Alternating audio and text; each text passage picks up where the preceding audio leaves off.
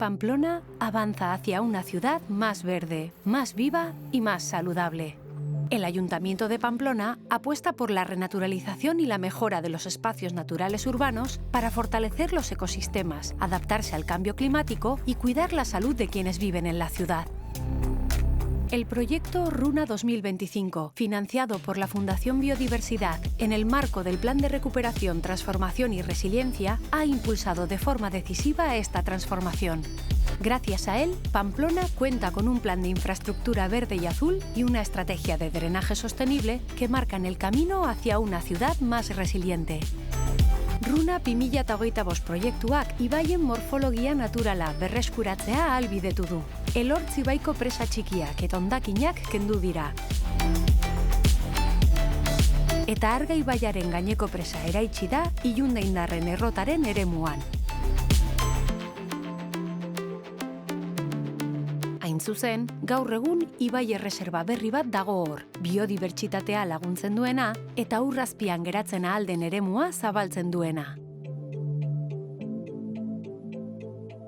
Horrez gain, ur freatikoaren jarraipena egin da Magdalenako meandroan eta kalitate neurketak Iruñeko 3 ibaien, Arga, Sadar eta Elortz ibaien hainbat puntutan.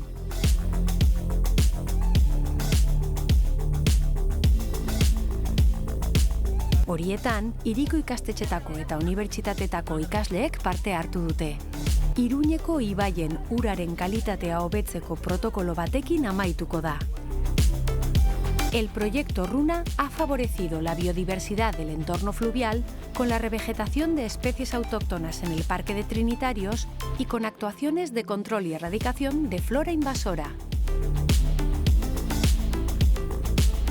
Las limpiezas de los ríos Arga, Sadar y Elortz, tanto por parte de los servicios y tajos municipales como a través de voluntariado ambiental, han contribuido a mantener vivos estos ecosistemas urbanos.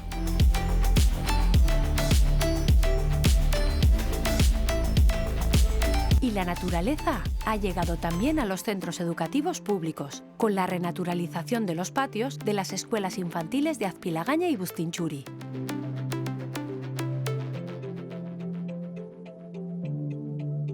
Iruñeak birnaturalizatzeko eredu horiek beste proiektu batzuetara egokitu ditu, Donapeako garapena kasu. Bertan, parke berri bat egonen da, bizitegi garapenaren barruan klima eta jasangarritasun ikuspegia txertatuko dituena. Edo esate baterako Nafarroako Unibertsitate Publikoko kampusean. Bertan, Sadarreko ibai parkeari jarraipena emanen zaio, hiriaren hegoaldean egonen diren igarobide berdeen bidez. En el Parque de Aranzadi se ha creado ya un bosque de crecida, con refuerzo de la vegetación de ribera y el mantenimiento de la huerta tradicional.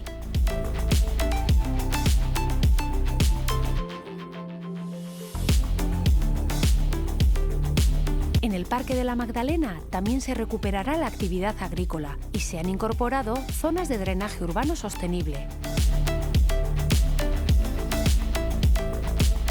Y Pío XII se ha convertido en un corredor sostenible, con zonas ajardinadas y preferencia por la movilidad sostenible.